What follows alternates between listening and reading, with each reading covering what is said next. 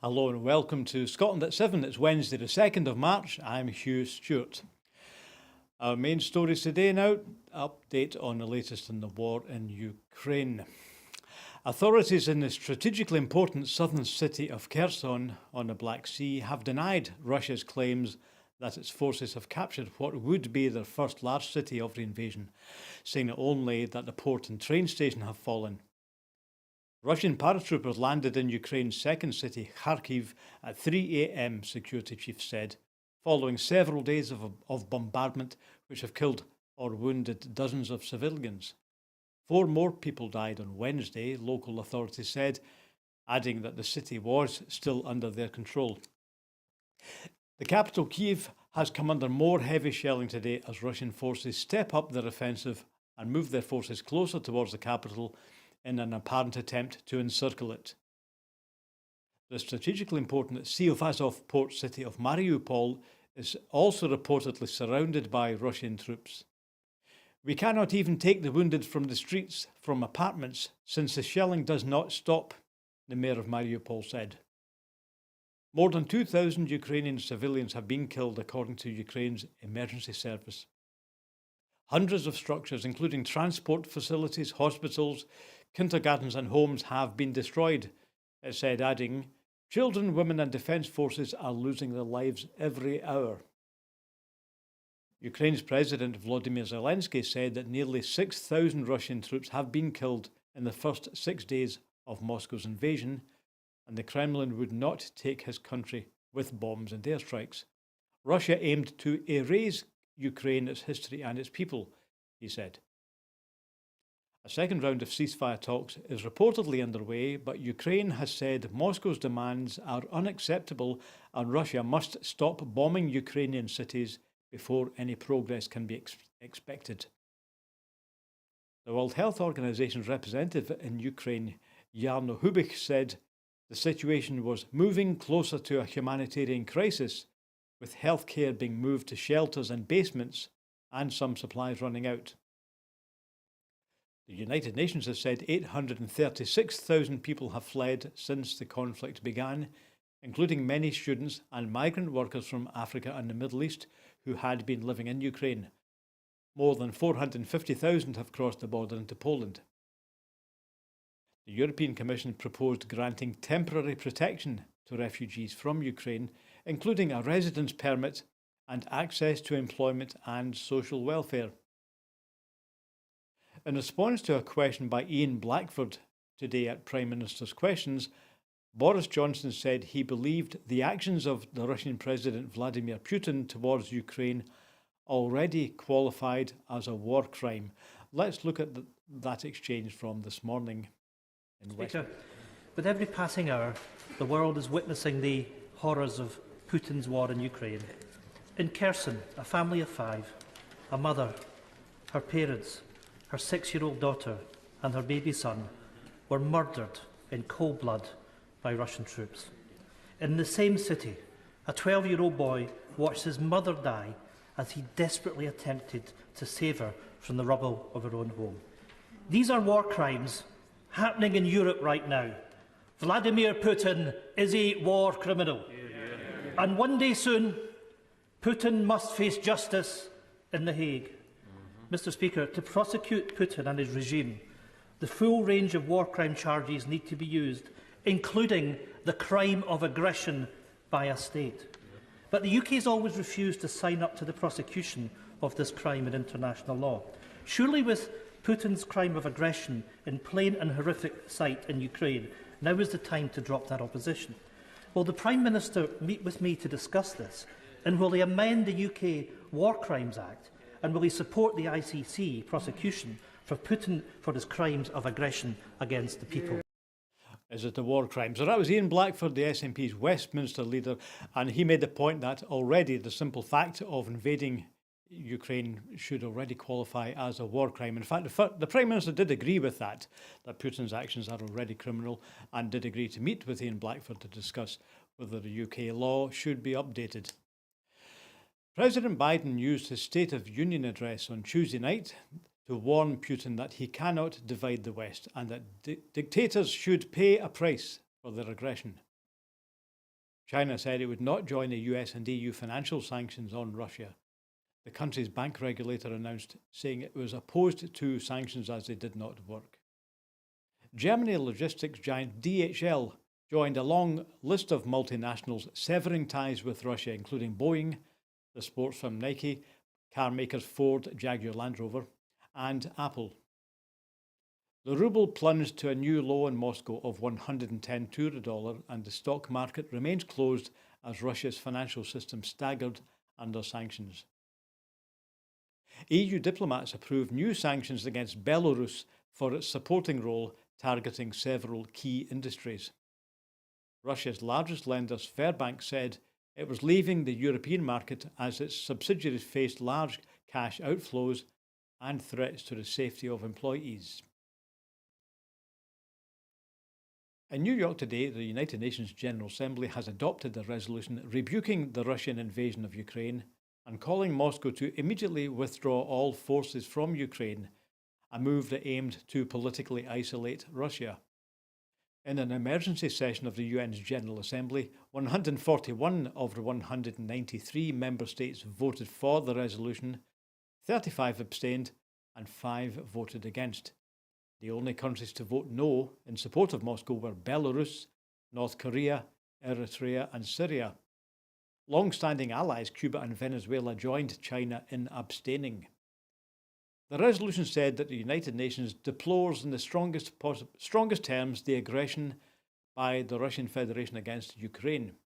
It demanded that the Russian Federation immediately cease its use of force against Ukraine and immediately, completely and unconditionally withdraw all of its military forces. The resolution is not legally binding, but it is an expression of the views of the UN membership aimed at increasing pressure on Moscow and its ally Belarus. Scotland is sending critical medical supplies and equipment to help Ukraine following the illegal invasion by Russia. Over 500,000 emergency items valued at about £2.9 million, including hypodermic needles and oxygen masks, are being donated by NHS Scotland. The initial donation will be flown from Stansted Airport in Essex to Poland tomorrow, Thursday, for onward transportation to Ukraine, and includes wound dressings and bandages. These supplies are urgently needed by the Ukrainian government. The medical aid is in addition to £4 million worth of humanitarian assistance for Ukraine, announced by the Scottish Government on Monday, which will help provide basic support such as shelter, water and sanitation. First Minister Nicola Sturgeon visited the NHS equipment storage facility in Motherwell today to see supplies being loaded. She said, "Scotland stands in solidarity with the people of Ukraine, and we are ready to provide whatever support we can in their hour of need. The Ukrainian government has requested critical medical assistance, and I am proud of our NHS and all those who have worked tirelessly in recent days to make this initial consignment possible. We will deliver the rest of the supplies as quickly as we can," the First Minister continued. Scotland has strong links with Ukraine. Edinburgh is twinned with Kyiv, and many Ukrainians have chosen our country as their home. We will continue to provide practical help as it faces Russia's unprovoked and illegal aggression. And now back to Washington. President Biden faced a formidable challenge in his first State of the Union speech, after a year in office buffeted by the COVID-19 pandemic, a jittery economy, and now Russia's invasion of Ukraine. The president served notice on Tuesday, that's the small hours of Wednesday here, that much of the world is united against Russian aggression, while also trying to seize the moment to make Americans feel optimistic about the days ahead. The conflict in Ukraine has given President Biden some rare bipartisan support, and the American public is slowly warming to his handling of the crisis. A new Reuters Ipsos poll released today showed Biden at 43% approval for his response. That's a jump of 9 points from last week. In his speech, Mr. Biden stressed 2 points crucial to maintaining public support for his actions. First, he pledged to continue organising a global coalition to place financial pressure on Vladimir Putin's Kremlin while at the same time ensuring that the US forces will not be involved in the fighting. For that, he received sustained applause from Republicans in the chamber. Most significantly, President Biden warned viewers at home there will not be a quick resolution to the crisis and that some sacrifices, including higher energy prices, might have to be made. Those were sobering words coming after 2 years of wrestling with the pandemic, with social upheaval and rampant inflation. This is a real test, Mr. Biden said. It's going to take time. The president spent much of the rest of his remarks advancing his largely stalled domestic agenda, and in doing so also attempted to blunt Republican attacks this election cycle. He sought to persuade Americans that the way to battle rising prices was to lower costs either through manufacturing more goods in the country or through making drugs and childcare more affordable. A problem for the president and his party is that none of these solutions can happen quickly, certainly not in the time the Democrats need in the campaign before November's midterm elections. Okay, back to Holyrood now. A Holyrood committee inquiry into Westminster's Internal Market Act has called it a blatant power grab on the devolution settlement. The Act has been widely criticised by politicians from every party except the Tories, with Labour First Minister of Wales calling it a smash and grab on the devolution settlement.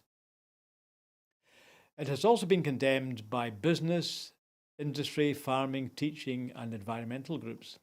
One kind, the Animal Welfare Group, says the Act undermines devolution and will limit the ability of the Scottish Parliament and Government to improve farmed animal welfare standards.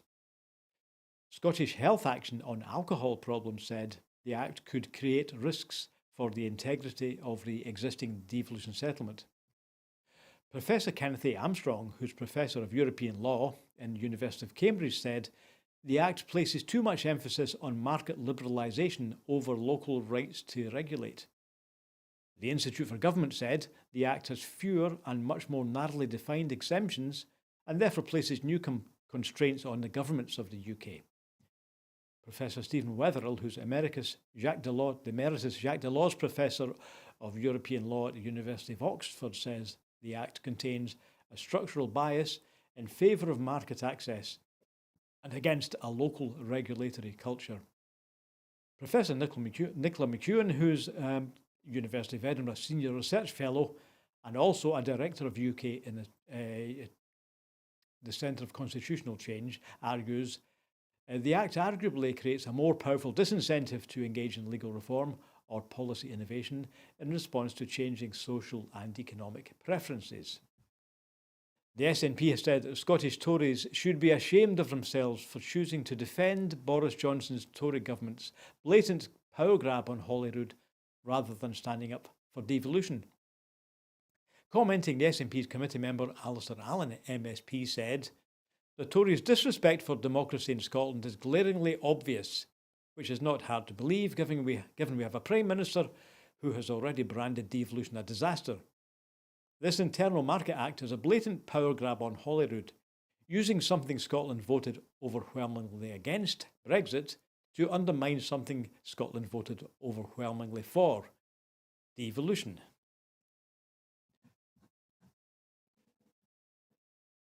Now, on the economy, following the news that prices in shops rose at the fastest rate in over a decade, the SNP has demanded the Chancellor wake up to reality and announce an emergency budget that will put money in people's pockets during the Tory cost of living crisis.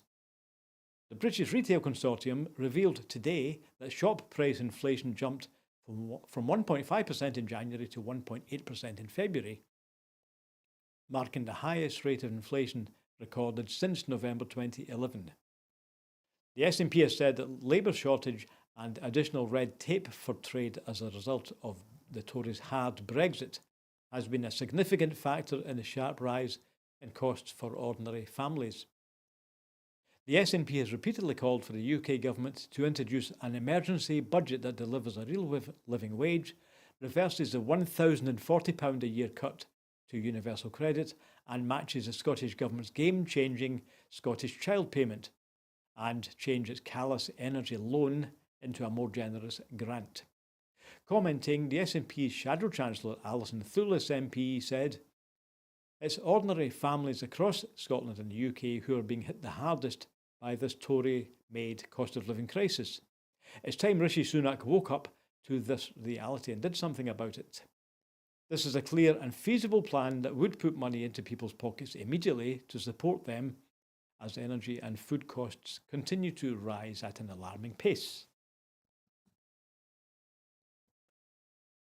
Okay, next we return to devolution again. The devolved nations criticise reform to the Human Rights Act.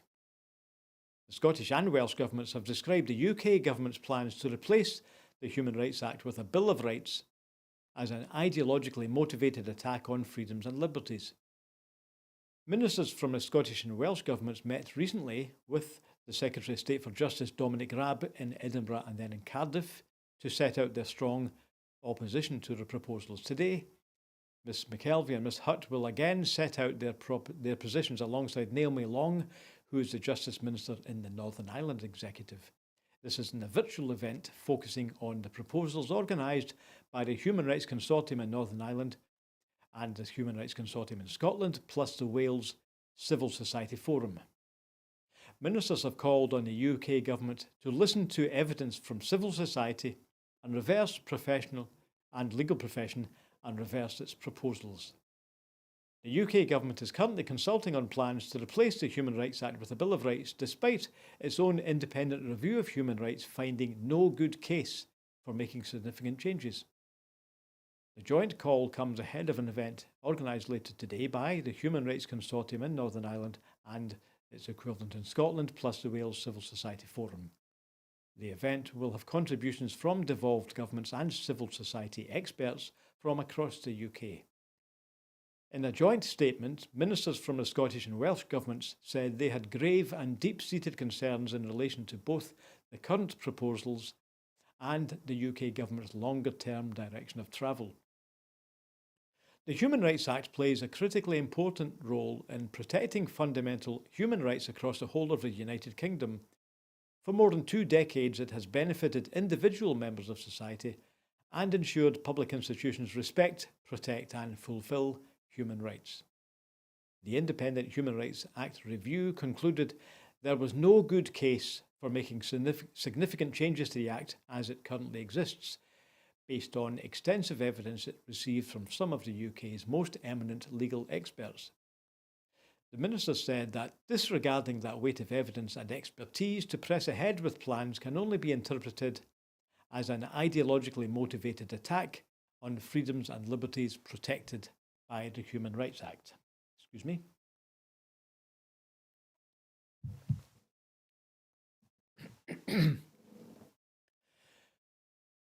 DWP again, a groundbreaking academic study examining whether benefit sanctions are linked to claimant ill health, including mental illness and suicide, has been halted after ministers reneged on a long-standing promise to release the sanctions data.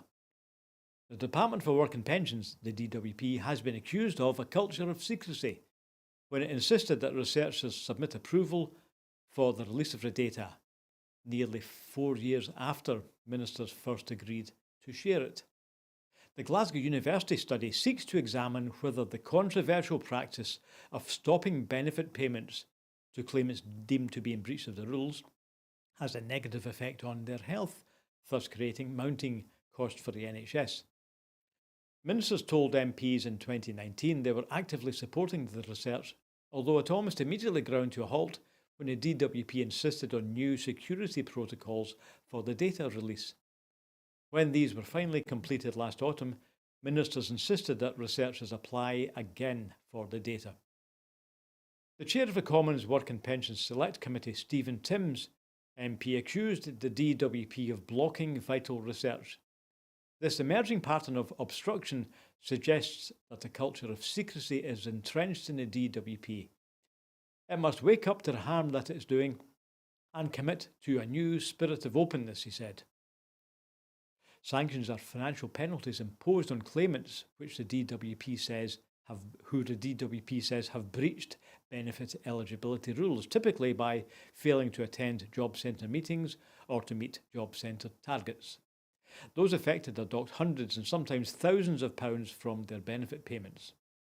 The Glasgow University study proposed to link anonymised DWP data with NHS health records to track changes in the health status of sanctioned individuals, to identify, for example, if they had been given any antidepressant prescriptions or treated for a worsening of underlying conditions such as asthma or even taken their own life. The study could supply unprecedented detail of the potential impact of benefit sanctions on family breakdown and children's health and schooling, as well as making visible the wider societal and NHS costs of sanctions, for example, through increased use of health service. Ministers claim that benefit sanctions incentivise jobless claimants to move into work. However, critics say the policy is unsupported by robust evidence. There is a growing body of research indicating that benefit sanctions are linked to poverty, food bank use, depression, and other illnesses. Despite widespread concerns over the health consequences of sanctions, the DWP has imposed sanctions on a soaring number of people, and in recent months the government has recently widened the scope of its sanctions regime to include tens of thousands of newly jobless people. Okay, and our final story tonight takes us to the Arctic. Young harp seals diving for the first time can adapt their behaviour depending on local environmental conditions, according to new research from the University of St Andrews. Using miniaturised computers developed and built by the Sea Mammal Research Unit instrumentation group at the University of St Andrews, scientists tracked the first migrations made by harp seal pups from breeding areas in northeast Canada and the Greenland Sea. The pups travelled up to 3,500 kilometres north into Baffin Bay and the northern Barents Sea and the Arctic Ocean, using migration routes similar to those previously recorded for adult harp seals. The devices used by the scientists also recorded how the dive behaviour of the seal pups developed as they began to forage. This revealed an interesting difference.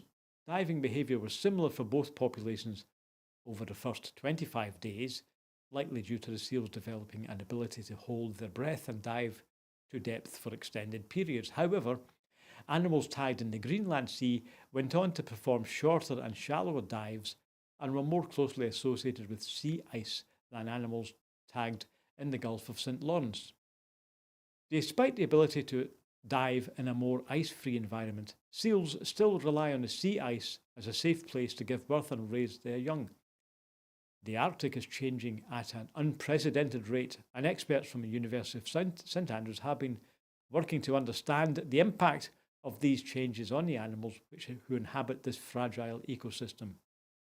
Harp seals rely on Arctic sea ice. They breed on the ice and forage around the ice edge, migrating thousands of kilometres to follow the ice as it moves north over the summer. This makes them vulnerable to sea ice loss due to climate change. They need thick ice floes that can withstand late winter storms, high winds, and waves. Global warming is impacting the formation of sea ice and reducing the stability of the ice as somewhere safe to breed. Okay, so that's the last of our stories for tonight. It's a short programme, and Maggie will be back tomorrow, and we'll see if we can get hold of a guest. All of the MPs and MSPs are very busy today. Now, I'm going to finish with, just before we move to the appeal, we heard today from Olga Tokaryuk, who's a journalist working freelance in Kiev, of the first fatality we've heard about of somebody in the journalist profession. She says today on Twitter that unfortunately she lost a colleague, Yevgeny Sakun, who was one of the people killed when the Russian missiles attacked the centre of Kiev yesterday, destroying the Baba Yar monument in the centre of Kiev. Ironically, the monument which was put up to the victims of Hitler's pogroms in the 1930s and 40s. So RIP Yevgeny Sakun, cameraman in Ukraine. So that's it from me tonight. Can I just, as we wind up, remind you that we are a free-to-air public service broadcaster, and this studio and all of the equipment in it and the ever-growing electricity bill are all paid for by our subscribers. And if you'd like to join us and become one of our supporters, please look at the link below. And if you go on our Broadcasting Scotland website, you can follow a link to become one of our supporters. And if you click on that, it would be really great if you could consider starting or increasing your standing order if you already have one. It's our aim to keep on putting out independent news for Scotland, but as with everybody else, we're finding the bills are going up. So if you can help or if you can spread the word, please do that. So we'll be back tomorrow with Scotland at 7 with Maggie, and I'll be back on Friday. So thanks for watching. That's Scotland at 7 for tonight for the 2nd of March. I'll see you later. Bye.